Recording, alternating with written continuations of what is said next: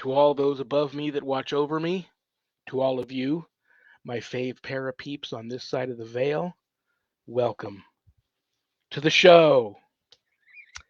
I'm your host, Shawn Whittington. I'm a seminarian with the United States Old Catholic Church, and we've got a great show today. You know and you love my guest already, and that's why you tuned in. She's in the green room. I'm going to bring her out really just in a few moments. But let's first check the prayer urn.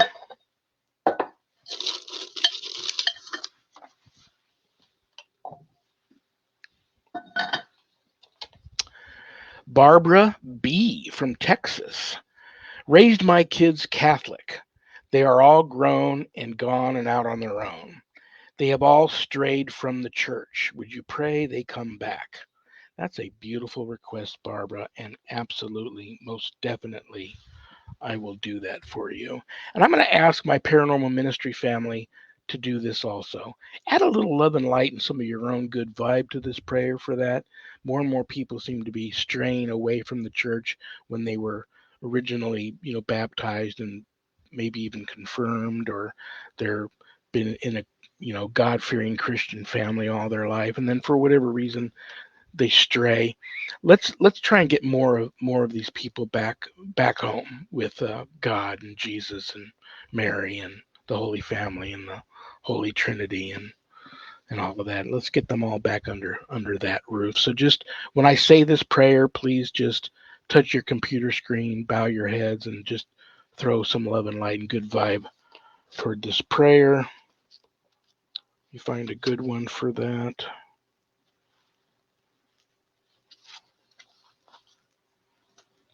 This is a beautiful one.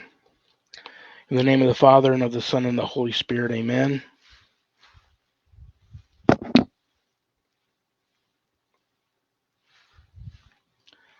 Most sweet Jesus, Redeemer of the human race, look down upon us humbly prostrate before you. We are yours, and yours we wish to be, but to be more surely united with you. Behold, each one of us freely consecrates himself today to your most sacred heart. Many indeed have never known you. Many, too, despising your precepts, have rejected you. Have mercy on them all, most merciful Jesus, and draw them to your sacred heart. Be King, O Lord, not only of the faithful who have never forsaken you, but also of the prodigal's children who have abandoned you. Grant that they may quickly return to their father's house, lest they die of wretchedness and hunger. Be king of those who are deceived by erroneous opinions, or whom discord keeps aloof, and call them back to the harbor of truth and the unity of faith, so that soon there may be but one flock and one shepherd.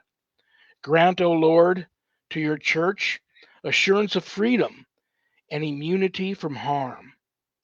Give tranquility of order to all nations. Make the earth resound from pole to pole with one cry. Praise to the divine heart that wrought our salvation. To it be glory and honor forever. Amen. Okay, Barbara, there you go. And I think I'll even light a candle for you and your children, Barbara. How's that? You didn't ask for one, but I'm feeling the need to do that.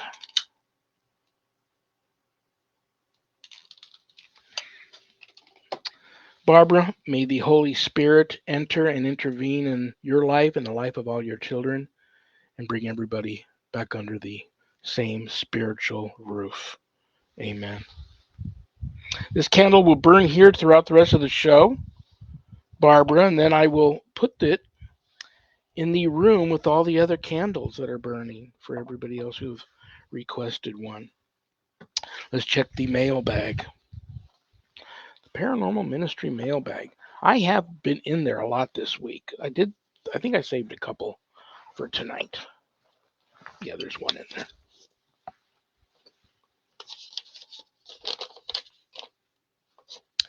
John C. from New York.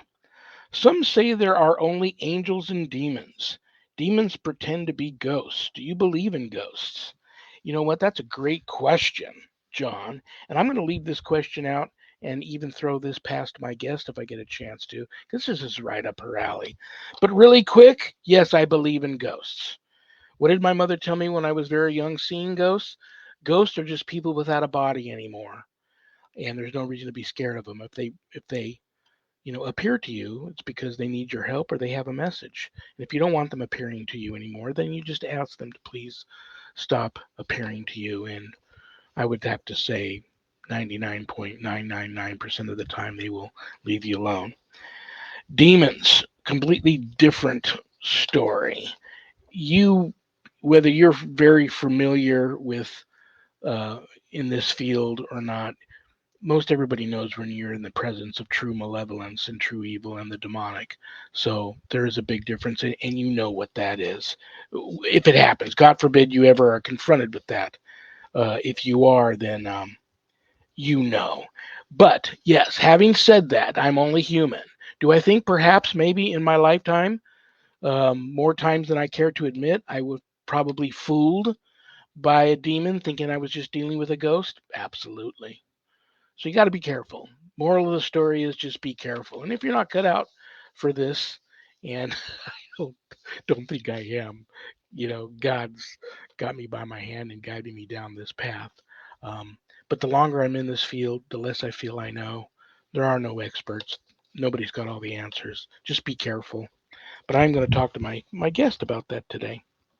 If there's anything you want to know about my wife and I and our ministry work, go to our website, www.ghost-b-gone.biz. That's our website. Go there to visit. A lot of cool things there to see. Remember, my wife and I don't charge for our ministry work, helping people with their paranormal issues. So if you're there on the website visiting and you notice the donate button and you're able to do so, I know times are tough, but if you're able to do so, click on it and send in a small donation. I promise you, it'll be appreciated from the bottom of our hearts. And trust me, we will put it to good use. Don't leave the website without going over to the page called the WSE course/book.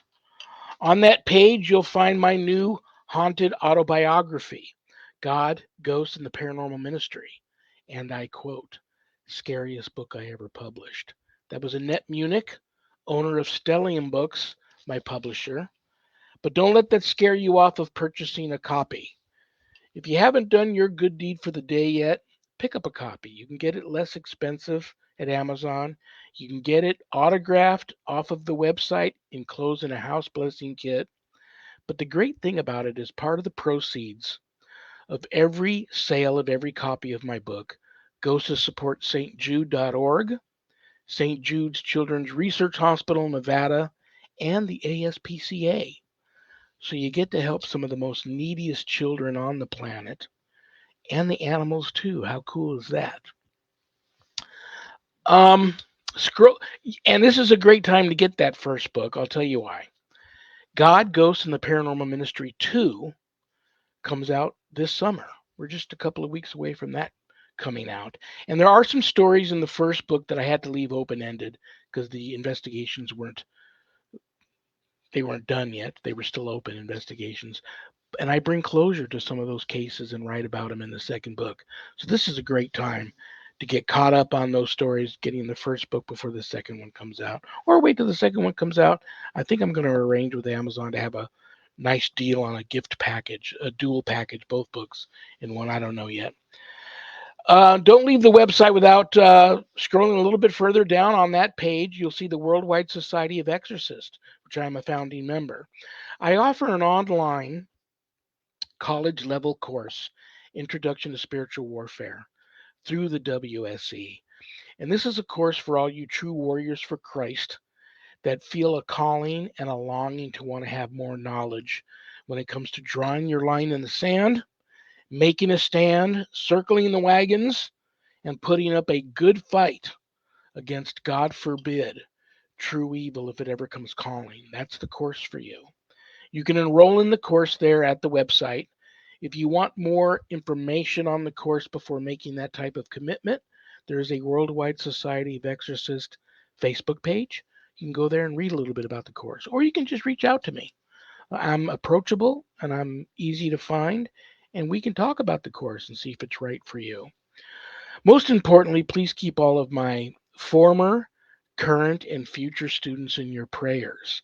And all my students that take the course and graduate get a stunning diploma, certificate of completion, suited for framing, along with some other very special blessed items that you can only get from yours truly. Okay, now the reason why you all tuned in is for my guest tonight. She's been on a few times. She's one of my paranormal ministry family's favorite guests, and I didn't even have to prepare much for tonight because some of you already sent in questions for her. Plus, I had questions left over from the last time she was here. I promised we would just continue on the conversation. What can I say about her other than I love her, I respect her, she's really cool. She's a paranormal authority, radio, TV, and film personality, author, and the resume goes on and on and on. Brothers and sisters, please welcome to the show the one and only Dr. Heather Leigh Landon. Hello. Hello. You and I are going to have to quit meeting like this. People are going to start talking. Shh, don't tell my husband. Well, my wife knows because she's watching on her Oh, laptop in the other end of the room. So, he's probably watching upstairs too. So, oh my, it's Monday night, 5 p.m. Pacific in Vegas, 8 p.m. in Florida, where you're at. I just talked to another person about you the other day. Said she moved to Florida. She just has a book came out about ghost towns in Nevada. She's not in Florida. I'm all, yeah, she moved to Florida. She didn't want anybody to know. It might be a whole witness protection type thing going mm-hmm. on, but she's in Florida now. And having said that, there's a couple of things that I want to congratulate you on before we get into other stuff. I want to congratulate you on RK Entertainment. Oh, thank you. How cool is that? Yes, that How did that proves to all me come that about? everything I'm doing is right. Everybody wants to know how that all came about. And of course, these are people that some are in the paranormal community and don't have any representation. And I think and they're good people and I love them, Mm-hmm. but they probably are thinking, I want to appear at Paracons. I want to maybe be on a TV show. So they think they need to get some representation like that. And some people just aren't even in our field and just, want to be a part of that type of thing. Talk about how that even came about, how one goes about getting involved in an organization like RK Entertainment, because very cool. They represent a lot of talent, not only Mm-hmm. you. How does that whole thing happen? I actually kind of stumbled upon it. I have a convention this weekend in Orlando, and then I have another one up in Virginia Beach in September, and then one in October up in Plattsburgh, New York. And I was starting to realize, and it also goes back to when my knee surgery was scheduled, I had to postpone and reschedule my entire book tour in Nevada. And I realized I couldn't do this alone. So after doing some research, talking to people I know who he represents, I ended up reaching out. We've had several calls before it became official. And he realized that I do have something that he can market. And it just kind of went from there. That is very, very cool. Mm-hmm. And I'm glad you brought up um, the events. I didn't know about the Mm-hmm. one up in northern Florida there, Yeah. but Phantasm. Mm-hmm. Yep. Now, talk to me about this because I know that there's people that have I don't have that ability. One because I'm broke. Mm-hmm. Two, I don't travel well. Three, I got too much on my plate right now. It's hard for me to just to even get out of the house and go to work. So talk to me about Phantasm. Let everybody know what that event's about because there are a lot of people watching that probably can go to this event. I heard great things about it. And if they do go and see you, what can they expect from seeing Dr. Heather Leigh Landon in person? Yeah, this event is actually a horror conference, but one of my fellow paranormal investigators on the Warren Legacy Foundation, he attends every year, and he was in charge of doing what they wanted to start was a paranormal track.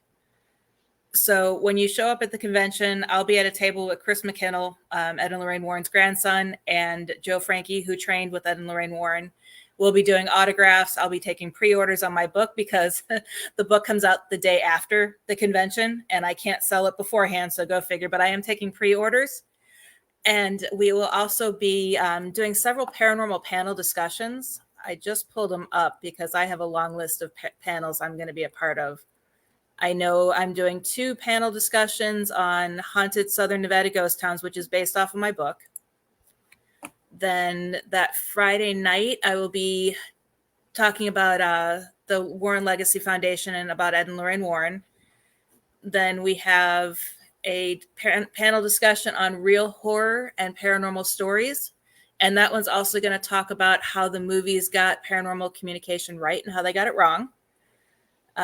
True stories behind the Conjuring movies, a paranormal Q&A, horror story origins, which is basically talking about how every horror movie has some type of real life paranormal origin. And then the true story behind The Nun. And then I'm doing a special presentation on could Dracula really exist? Wow. That is very, very cool. I'm a big horror movie buff. Mhm. That is very cool. My living room is like wall to wall, ceiling to floor, all collectible cult horror Mhm. movie posters. Um, I am very into that. I wish I lived closer. Gosh, that event sounds really, really cool. Um, you mentioned the Warren Legacy Foundation. Mhm. I know that you guys have probably already discussed this many times, and maybe I'm living on the moon and this has already been done. But what keeps the Warren Foundation from having their own event? I would imagine that they could have their own Warren Legacy Foundation Paracon, and it would be a huge success. Has that happened? Right. It hasn't happened yet, at least from the Warren Legacy Foundation. I know Nesper has their own convention that they do, but our foundation is working on it. We tried to have one this year in New Orleans, but the logistics just didn't quite work out. But we have partnered with Flumery Promotions, which is why we're starting to do some smaller events to raise money to make the bigger Paracon happen. Very, very cool. Looking forward to that. The day that you guys put that together, that's going to be a huge success. And who Mm-hmm. knows, maybe I'll be able to come to that. Mm-hmm. Or who knows with what's things happening, in the future that Yeah. you guys might even request me to come. um, I have to. I'm not calling anybody out. I have to do this though because you mentioned The Conjuring, and I'm just repeating what somebody told me. I Mm-hmm. remember many years ago when I still had my radio show. I believe it was Andrea Perrin on my show, Okay. Yep. and she talked about very few things in that movie actually really happened Mm-hmm. with the Perrin family there that movie is based on. And I you can get her books and find out for yourself what was real or not. Still one of my favorite movies of all time. I can't tell you. I mean, and I do it not for a living, but God has blessed me with the gift of discernment to be able to help people with their severe paranormal issues. And I've been in a time or two in situations like that exorcism scene in the end. Mm-hmm. So like I remember being in the theater, feeling like my heart was going to come out of my chest and being on the edge of my seat, and I had the hair goosebumps going and the hair raging up on my arms. Great movie. Um, but when it comes to movies and TV, they've got to be entertaining. Yeah. So they do take some of the truth, and then they do have to add some they have to take some creative liberties and some entertainment license, and sometimes make it a little bit more than it was so it can be entertaining. And I don't find an issue with that. Some people really find an issue with that. But I would have to recommend, when I tell a lot of people that I tell much of what happened in The Conjuring didn't really happen, some people get upset with me, and I say I'm not trying to call anybody out, but talk to Andrea or get her Mm-hmm. books. And but still one of my favorite all-time movies. But that event, if you guys ever put that event together, that's going to be super, super, super cool. Mhm. And I want to ask you about your book. I still live here in Southern Nevada. Mhm. Um, I can't tell you, for many, many years, my wife and I would wake up on a Sunday and be bored. And we would just open up a map of Southern California, close our eyes, put our finger down, and wherever our finger was at, we'd say, let's just go there. Let's just go for a drive. And we'd make sure we had plenty of gas, and we would say, okay, if we get this far and we were at half a tank, wherever we're at, we know unless there's a gas station there, we know we have to head back. We don't want to get stranded. But I can't tell you how many what I'm just going to call ghost towns that weren't even on the Mhm. map Yeah. that we drove past or found and went out and explored. Um, so we love that. So talk to the viewers uh, about the book, especially people that not only love ghost stories and history, but love ghost towns. Talk Mhm. to people about putting that book together and what they can get, what they can expect to get from purchasing the new book. Well, the inspiration for this book came from when we filmed Real Haunts Ghost Towns with motion picture video, and that's available on Tubi. And I had already done all the research for all the ghost towns that we went to go visit. So it was one of those things where it's like, well, what am I going to do with all this research? Because we didn't use it all in the, because documentaries, you only have so much time to fit everything in. And I decided that I was just going to throw it together, reached out to History Press, which is owned by Arcadia Publishing, and they approved the contract to go ahead and finish the book and make it happen. And I kind of took this in a lot of the History Press books talk about the history and the location kind of. It's almost like a tour book to give you a history of the location. I kind of took it a step further, and the first two chapters before you even get to any ghost towns talk about what makes a ghost town. So why is the ghost town actually considering it, and the three levels of ghost towns, completely abandoned, working ghost town, and near ghost town. And I did that to kind of give insight as to why some ghost towns were included. Because I did include Boulder City, which really isn't a ghost town, not a working ghost town, but there's a lot of areas that are abandoned. In that, ever since they finished the building of the Hoover Dam, a lot of areas in Boulder City have been abandoned. So I thought that would be a nice little addition to it. And I then take you guys, everybody, on a journey through why ghost towns are haunted and then why ghost towns are not haunted, and talk about the different reasoning behind that. And then from there on, it goes into all the different cities and different towns that are haunted. And it kind of gives a background into the history that is making the paranormal activity happen. Like who's there. There's stories about Wyatt and Virgil Earp, um, crap, Rhett Butler from Clark Oh Gable. yeah, There we go. yeah, yeah, there, there's stories about him in there. There's mob stories, and it just kind of talks about all the different legends and lore of the area that could lead to it possibly being haunted. And it's one of those things where, are these areas haunted? Some of them I know for sure because there's personal stories that I've experienced firsthand. But yet a lot of it's secondhand information from, there's paranormal researchers who reached out to me. There's, people who work at these locations. A lot of locations I went in and asked the workers, hey, is there paranormal activity here?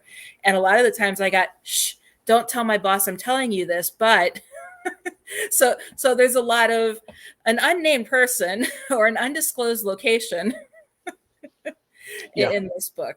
So, and it just takes you on a journey through the different ghost towns. Yeah, and this area out here is so rich with that. It's like I don't know if you've heard some of the stories, some of the things that are floating to the surface are being found now that Lake Mead is so low and it Mm-hmm. keeps losing water all the time. They just found a gentleman remains in a barrel. Mm-hmm. They determined it was a man. They determined he was shot, and they determined that it happened between 30 to 40 years ago. So somehow they go into their archive of, you know, uh, Mm-hmm. police files, and they figure, well, they go through the list and they find this one guy who, disappeared. His family reported him to have disappeared right about that time here in town. So they reach out to the family, and some of them are still living. They went and took DNA samples of everybody because they're still trying to verify if it's him. But the sister's brother disappeared about 30, 40 years ago from here, and he was in the mob. Hmm. So, Yep. it's just it's crazy some of the things that they're pulling up out of there. But let me ask you this: I know you've gone physically gone to a lot of these ghost towns, and I do Hmm. too. I'll give you my answer after I ask you. What do you do when you arrive, even if you just plan to arrive at this ghost town and do a walkthrough, not necessarily an investigation or conduct a seance or anything crazy like that, but what do you do when you arrive at these ghost towns? Well, first of all, I make sure I'm fully protected because you never know what might want to follow you home. But then, other than that, I make sure I either have an audio recorder going. I actually have a keychain clip that I'll attach to my belt buckle, and that records everything from the entire time I'm there. Or I have a camera rolling, just because it's interesting. We have some footage of things that we didn't even know were happening because we weren't investigating at the time until we reviewed the evidence at the end. Yes.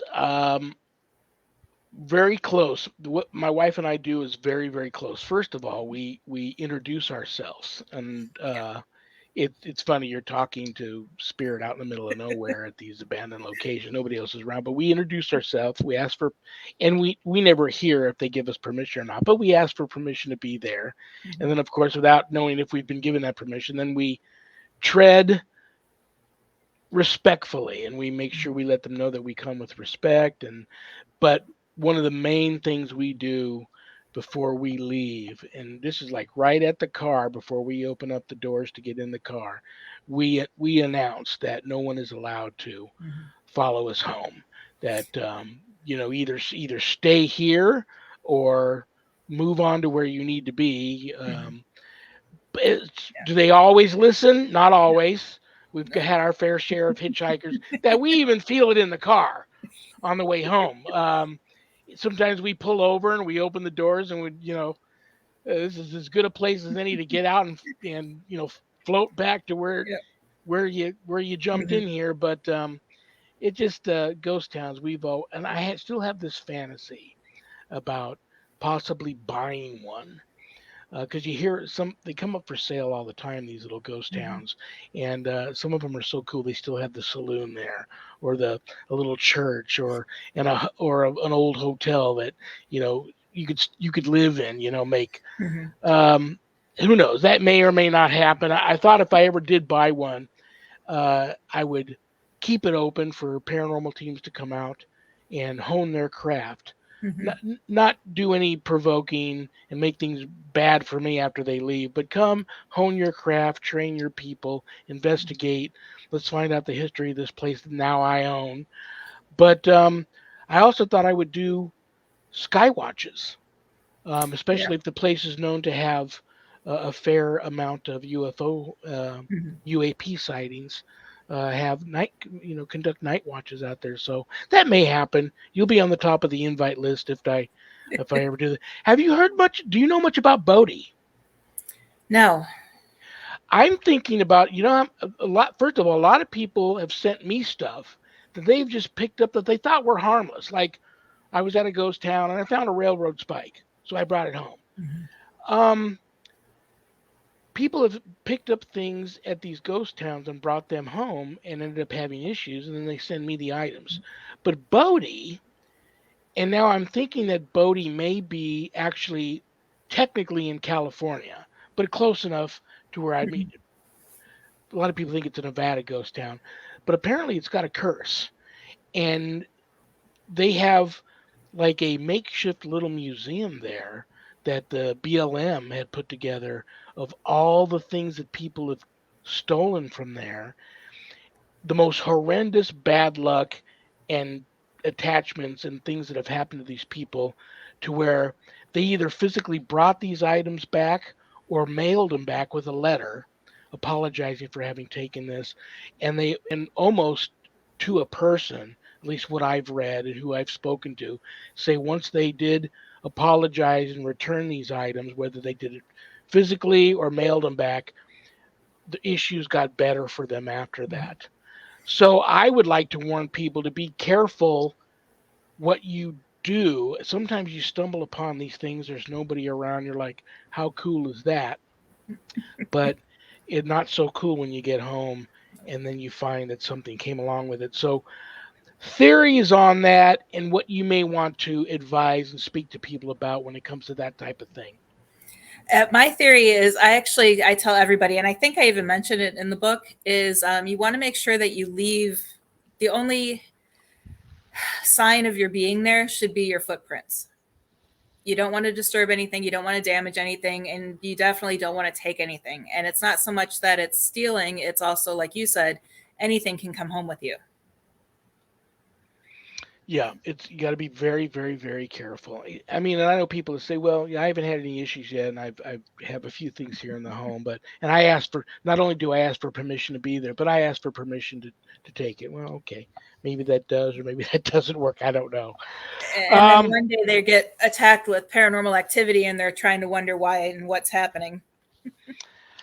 I before I get to this third question here, and this is another question from me. I'm going to get at least one guest question out so people don't send me hate mail.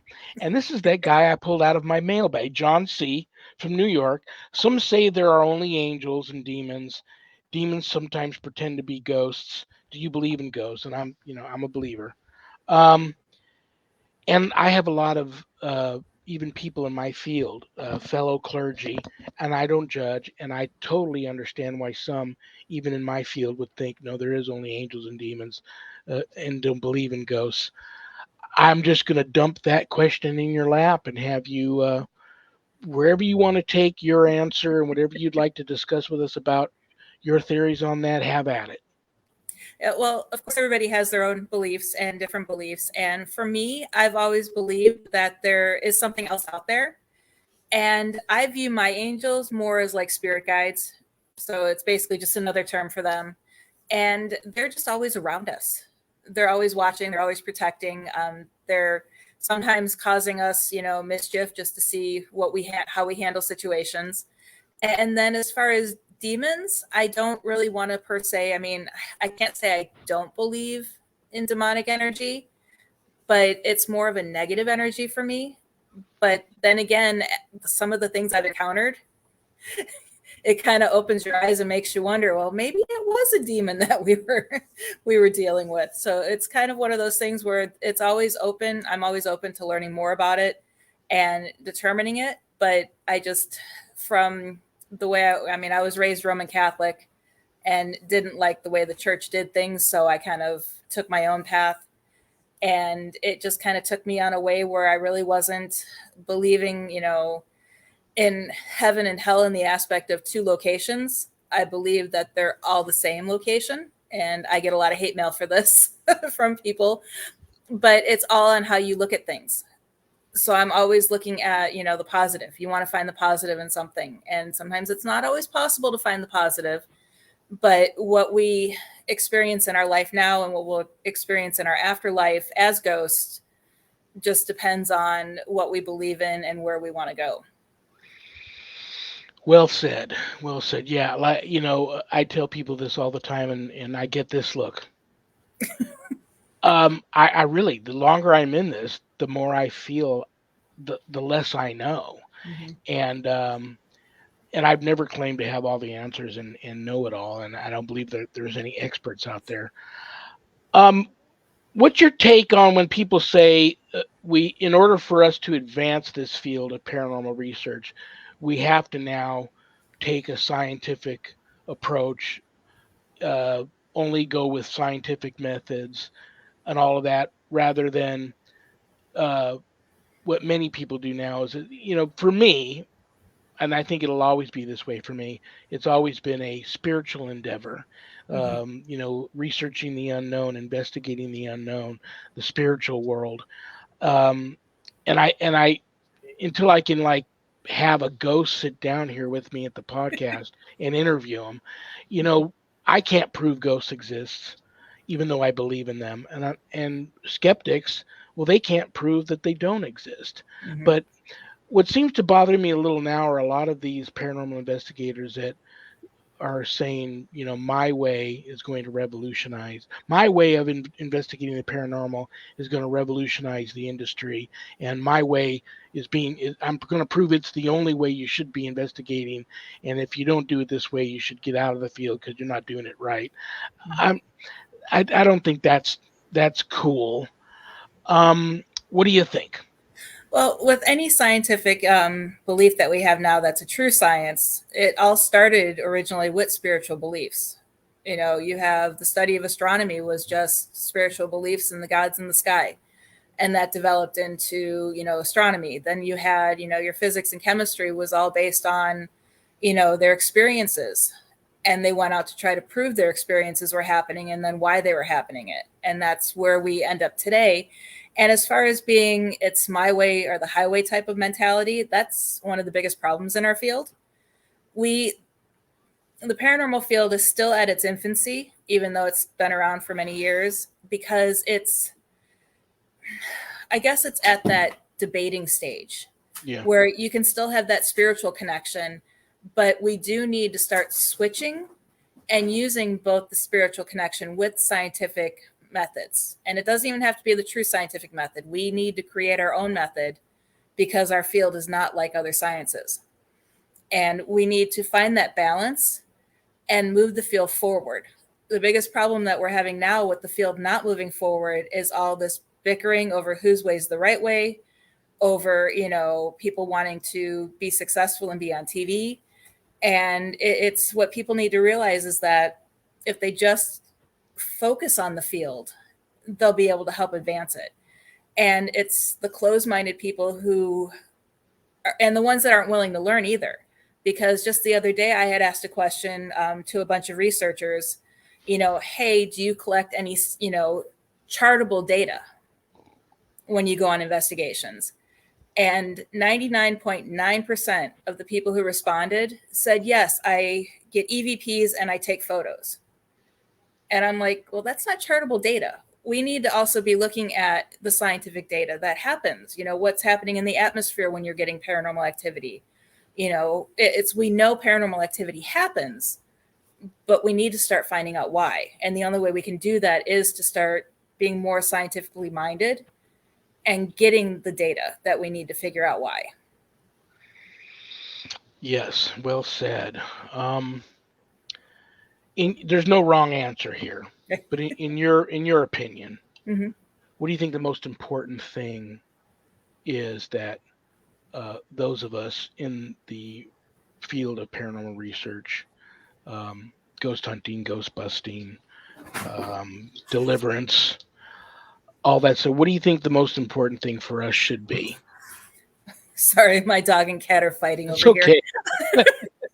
I kept seeing her tail Eh, pop open.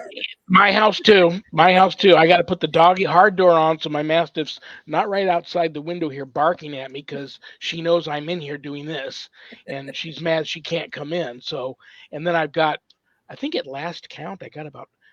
I know everybody's gonna freak out right now. I got 14 cats that adopted my wife and I. We don't know where they came from, but then you start taking care of a couple of them, then they go get friends, and then those friends go get friends, and so yeah, so yeah, I'm with you on the animal fighting thing. But the most important thing in this field that we need right now is the idea of sharing. We need to share our experiences. We need to share data. There's too many people who won't share locations. They won't share their evidence. And I refer to it as hoarding, because they're waiting for the TV networks to reach out to them and for them to have the best piece of evidence available. And that's not, I mean, the chances of that happening, they're not going to come to you unless you're promoting on social media what you found, because they don't know you have it. Yeah. It is my theory. But I don't know how many people I've asked that, hey, you investigated such and such place, so did I. Let's share our evidence. What happened, and they're like, no, I'm not sharing my evidence with you. I'm not telling you what happened. And it's like, well, how can we compare? We can't compare if we're not helping each other. Is it just me? And if it is just me, say, yeah, Rev, it's you. You're a weirdo. Is it just me, or can you tell too? I can always tell, and I'm not calling anybody out, but I can always tell those that are in the field for just that reason, Hmm. to maybe, hopefully, get on a TV show or have a movie made by about their paranormal adventures. Um, and those that are truly in it because they either had experiences themselves and now it's like really therapeutic for them to go out and try and help other people with their issues because they're struggling with it, because it can be a very terrifying thing.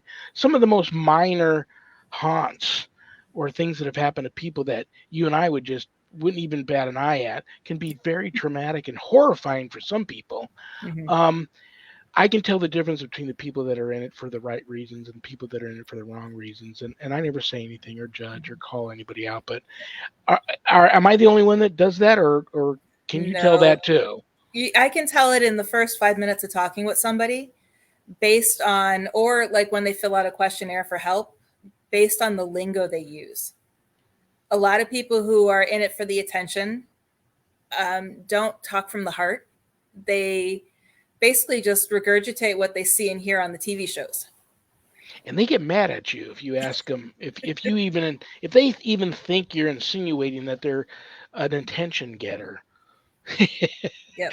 They get very upset. Or my favorite So is when they argue with you. It's like they'll show you a photo and they'll be like, I'll be like, no, and I explain to them why exactly it's not paranormal evidence. And they're like, but, X, Y, and Z on such and such a show shared a similar photo and they said it was evidence. And it's like, well, I saw that episode too, and that wasn't evidence either. okay, well, how much time do we got left? We got enough time left. I'm not having even gotten to hardly any of your guest questions. They'll just have We to never send me do. I hate just need to mail. be a recurring guest every month until we get through them all. And I wasn't going to ask you this question. I really wasn't even going to ask you this question, but the conversation, and it happens with you and I all the time when we talk. They go in directions I didn't expect they to go into. But now I'm the last phenomena I was experiencing. I probably ran past you. Now I'm experiencing a whole new one with people that are reaching out to me. And it goes right back to the beginning of the show, probably why I'm thinking about this, the attachment thing. Mhm. A lot of people are surprised when I tell them that the majority of the clients coming to me nowadays are the next generation, the next up and coming paranormal teams that, you know, I don't even remember ever a paranormal school that you could sign up and go to and become a certified paranormal investigator. I'm sure they're out there, but Mhm. it's hard for people to get training unless there's another established team in their neck of the woods that are looking to bring on new investigators, and they bring you on, you qualify, they bring you on, they train you. Otherwise, in that, all they really have to go on is what they see on TV. So they buy recorders, they buy cameras, they buy a number of other gadgets. Some work, some are useless. I'm sure you've experienced that. But they go out, they get their team together, a bunch of friends from school, and they go to a place they probably shouldn't go to. They're at the wrong place at the wrong time. They say or do the wrong thing. And the next thing you know, one or all of them end up coming home with attachments. Now their lives are turned upside down. And then they end up coming to somebody like me for help. Um, the phenomena I'm running to now are these people already lived in an active home. That's what caused them to get into this field. Mhm. And now they bring an attachment home, and things were kind of okay. They found a way to deal with the spirits that were in their home, like me. But now they bring home an attachment, and now these attachments, these outside spirits, and the spirits that were already there attached to the home and the property, start battling it out. And then these people find themselves right smack in the dab in the middle of this paranormal battle. Have you heard of that happening much before? And if whether you have or haven't, what do you think when I tell you this? And how would you advise somebody to deal with this? Yeah, it's a tough call. I know there was a location, the McCaw School of Mines in Henderson. I investigated there several times, and we know for a fact. I mean, we don't know for a fact, but I've had several encounters, even without audio equipment or recording equipment, with a Daniel. And he's actually, his former mining gear is on display at the museum that his wife donated after he passed. So he's pretty much there, just kind of protecting the mine and looking over things. Well, we had gone. just before I moved, we had gone and done a open investigation. We brought in several other people to experience the mine as a fundraiser for them, and it just didn't seem right. And upon further listening to our audio and there was another spirit that it was almost like a wandering spirit. He had just kind of stumbled across the mine and decided to stay there. And he was, it was to the point where Daniel didn't come out at all that entire evening. And that just didn't feel right. So we pretty much, once all the guests left, we stood our ground and told, hey, look, you're not supposed to be here. You need to mosey on your own way. I don't know who you are, what you're doing. And whether it worked or not, I don't know. I haven't been back. So hopefully next spring, when I go back and do an investigation at the museum, I'll be able to find out if Daniel's still there and if this other creep left. But it's one of those things where you just kind of got to stand your ground. If you want the spirits that were there to stay, let them know that. I mean, you don't need to point blank say, hey, you're welcome to stay here, because you don't want to do that either. But let the spirit that you don't want there and the one that's causing the trouble know, hey, you need to get out. I bet you didn't expect to take confession tonight, but I'm going to confess something to you. I have been guilty of saying a couple of things back in the day, like you shouldn't make deals with ghosts, and among other things, should never tell people they need to move. But I'm going to admit that as of recently, I did, sometimes I'm a big when in Rome. I'm a big think outside the box. I'm a big, if everything else is not working, what could it hurt at this point? Right. So I have a time or two advise people, why don't you just sit down as a family and talk to whatever's here? It's not, it's freaking you out, but it's not malevolent. I definitely don't think it's demonic.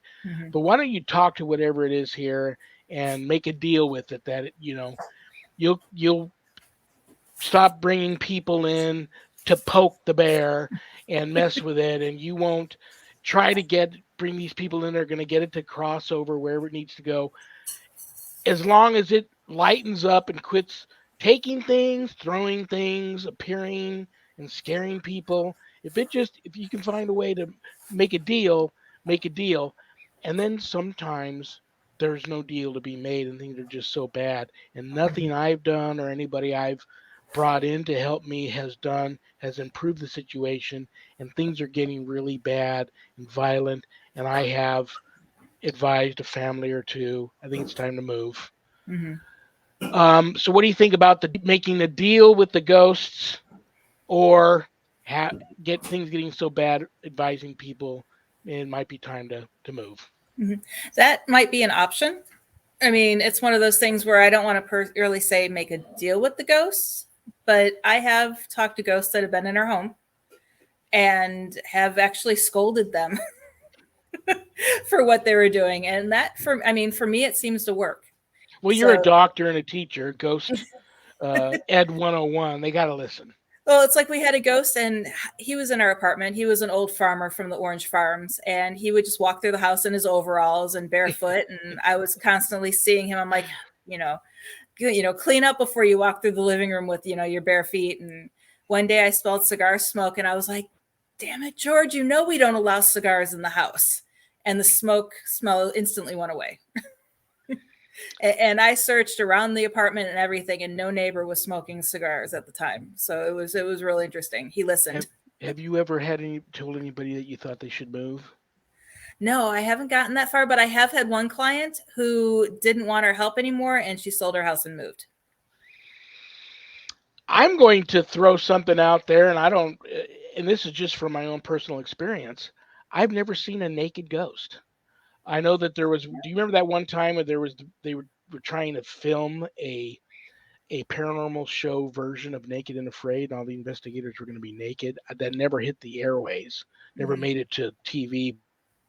That was the most hysterical thing I had ever heard. I personally have never seen a naked ghost. I've seen just legs. I've seen just a head.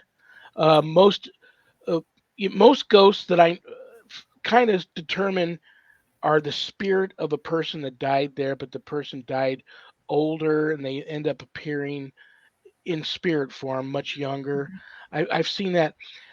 Now, flip side of that coin, when I have seen entities that didn't have any clothes on, they were usually malevolent, very low vibrational, malevolent, Mm-hmm. um, uh, possibly demonic entities, and usually uh, they're deformed also.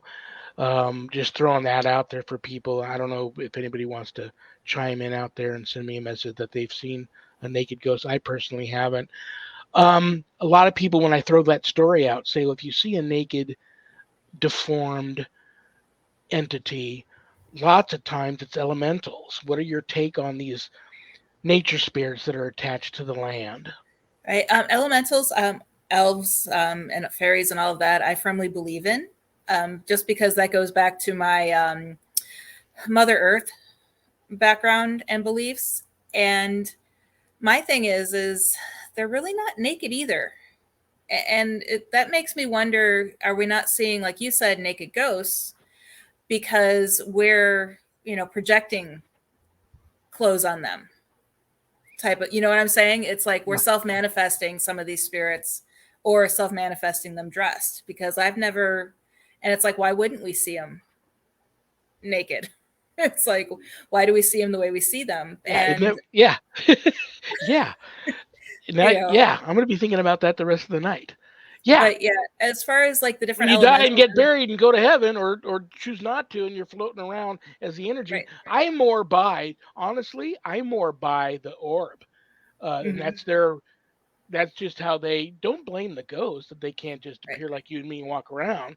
Um, if that's the way that they can appear, their energy, that's the way they appear. Yep. Um, but yeah, it just has always baffled me that they don't just appear back naked, Hmm. and or they have clothes on. Just yeah, that's always kind of baffled me about that. Or if it's something that you're right, they're projecting that on us, and allowing us to see them like that. Hmm.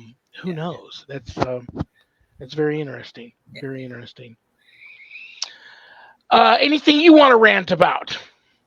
I like to give some people who I believe have earned the right to rant about something that they want to rant if you want to about No, anything. I just think this field, we need to stop bickering with each other.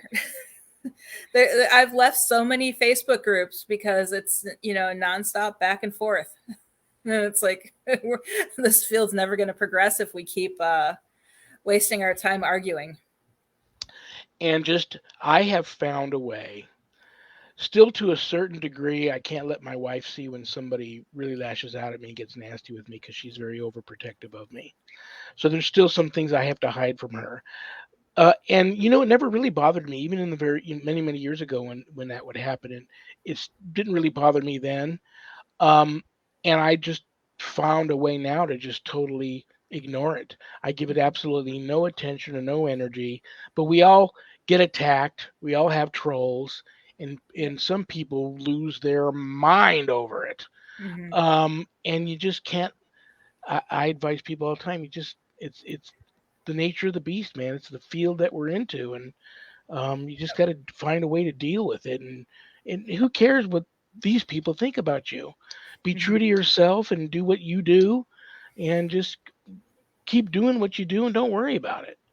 And that's the philosophy I've taken. I mean, I still, it hurts when, so I don't want to say that they don't like me, wah, type of, I'm not going to cry because they don't like me, but it's some of the things they say get very mean and personal.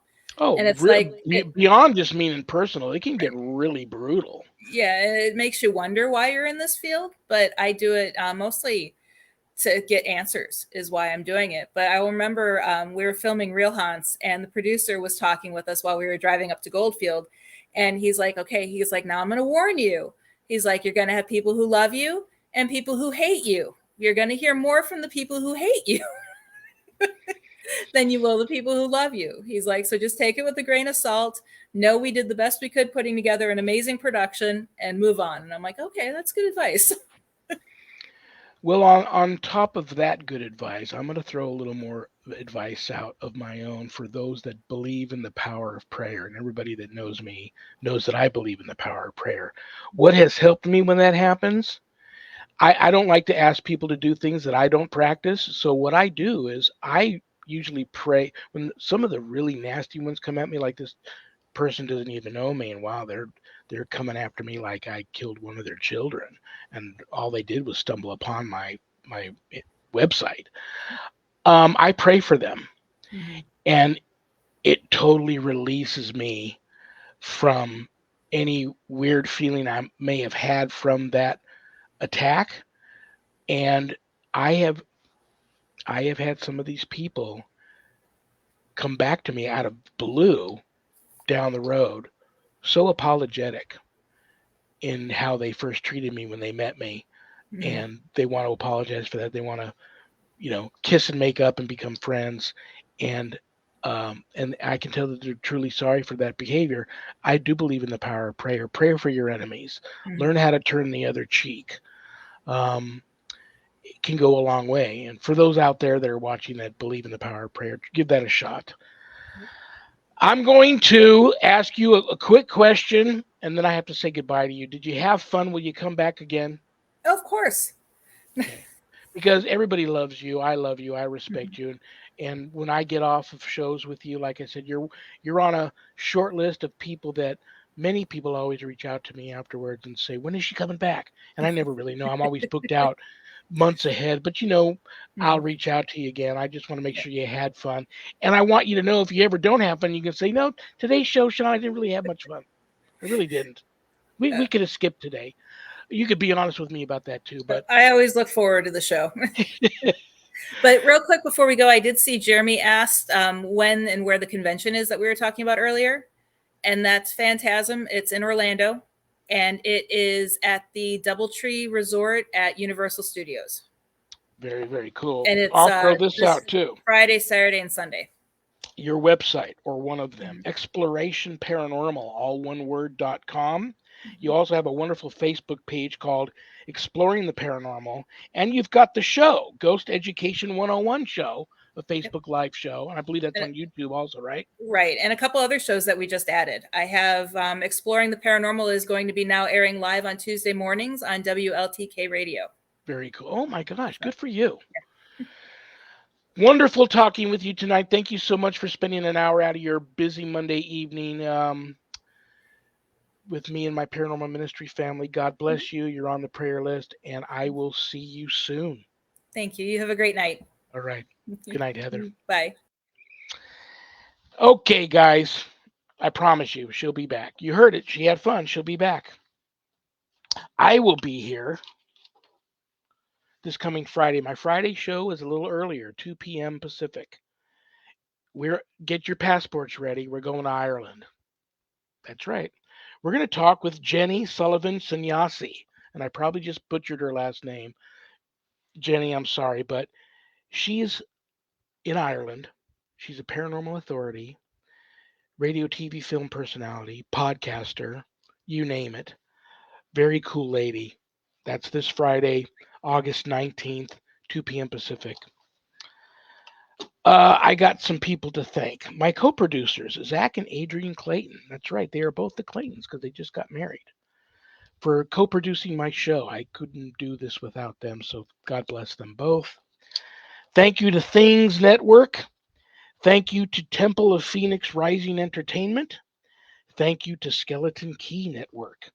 Thank you to Pact, Podcasting for All Coming Together channel.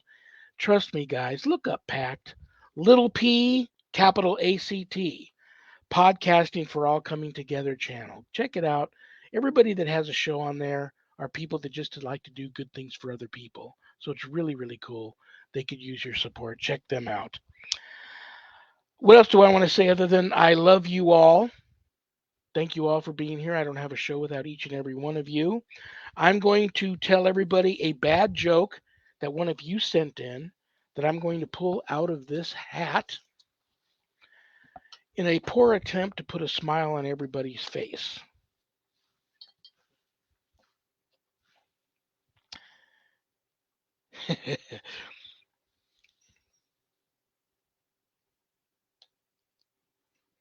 If you boil a funny bone, what does it become? Laughing stock. Good night, Dog. Good night, Danny. Good night, Jack. Good night, Harold. Rest in peace. Good night, Ernie. Good night, Bill. Good night, Dan. God bless you all. Peace.